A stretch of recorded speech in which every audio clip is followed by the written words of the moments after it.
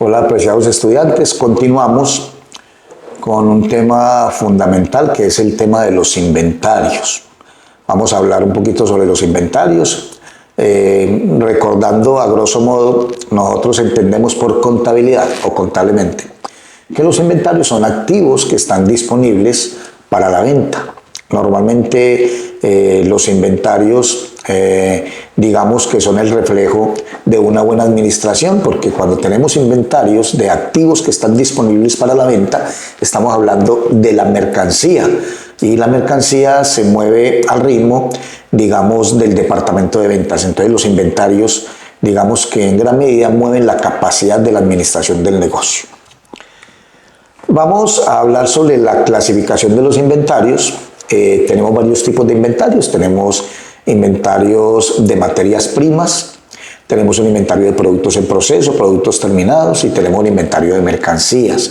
Cuando hablamos de materia prima, productos en proceso y productos terminados, estamos hablando de una empresa industrial que debe tener estos inventarios de una manera óptima para poder entregar, digamos, el producto al cliente final en la fecha adecuada. Cuando hablamos de inventario de mercancías, estamos hablando de una empresa comercial que adquiere bienes para poderlos vender posteriormente, es decir, está dedicada a la compra y venta de bienes ya terminados. Vamos a hablar de los métodos de valoración. Al hablar de los métodos de valoración estamos hablando de cómo calculan el costo de la mercancía, es decir, cómo van a determinar el costo final para posteriormente calcular un precio de venta. Recuerden, los inventarios afectan directamente las utilidades, por eso es importante tener un sistema adecuado de inventarios en las empresas. Hablemos del primer método que se habla en Colombia, del método PEPS, que es primeras en entrar y primeras en salir. Este método lo que nos dice es que la primera mercancía que entra en la empresa es la primera mercancía que la empresa debe de vender. Es una aplicación en Colombia muy válida y solo es válida para efectos fiscales, teniendo en cuenta el estatuto tributario en el artículo 64 y 65. No se permite para propósitos contables bajo las normas internacionales de información.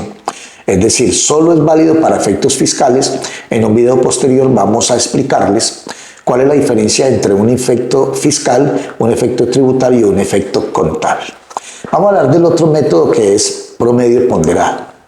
Como el nombre lo dice, es determinar un costo unitario promedio entre un valor de compra y un valor de venta, o entre un valor de compra en una fecha determinada y un valor de compra en otra fecha posterior. Aquí lo que hacemos es calcular un costo unitario promedio entre estas fechas de compra, y es permitido tanto fiscal como contablemente. En las NIP para las pymes hay una normatividad que dice claramente que está permitido llevar el cálculo del promedio ponderado para efecto contable y financiero. Es útil para inventarios homogéneos y frecuentes compras. Estamos hablando de que el promedio ponderado lo utilizan la mayoría de empresas pequeñas, es decir, aquellas que tienen infinidad de referencias y que por su naturaleza están comprando y vendiendo en cantidades exorbitantes día a día, o sea que es más práctico para manejarlo.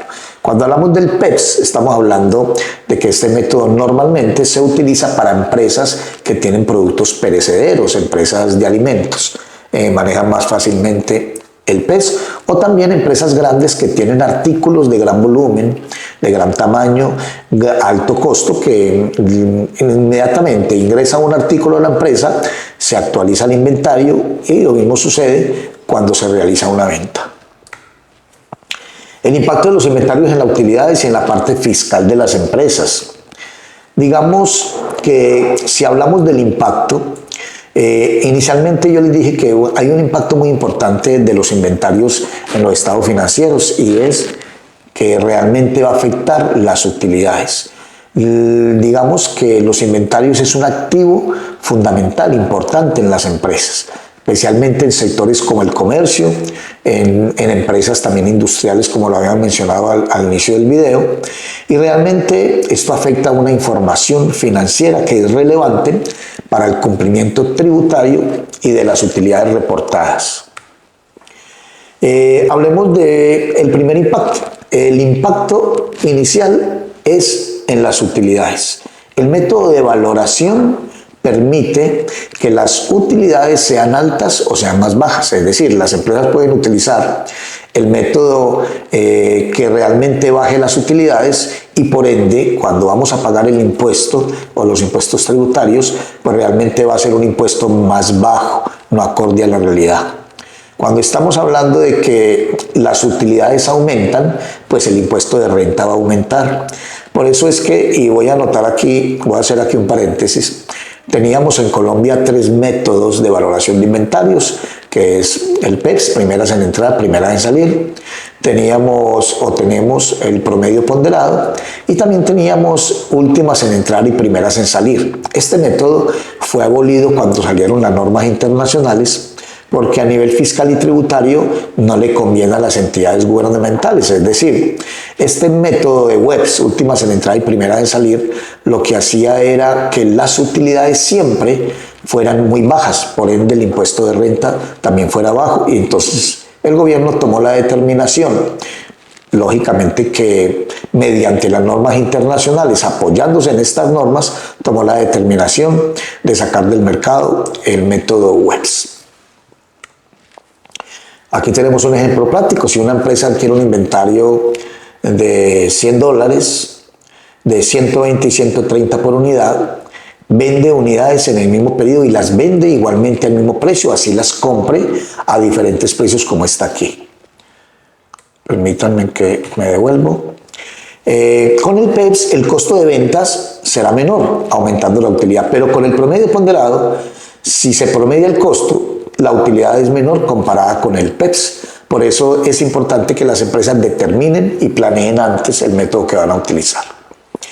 El impacto fiscal en Colombia de los inventarios según el estatuto tributario, las empresas pueden utilizar el método PEPS para efectos fiscales como lo dijimos anteriormente y afecta directamente la base gravable del impuesto sobre la renta. Es decir, menor costo de venta es igual a mayor renta líquida y mayor impuesto. En algunos casos el uso del PEPS puede aumentar la carga tributaria cuando hay inflación.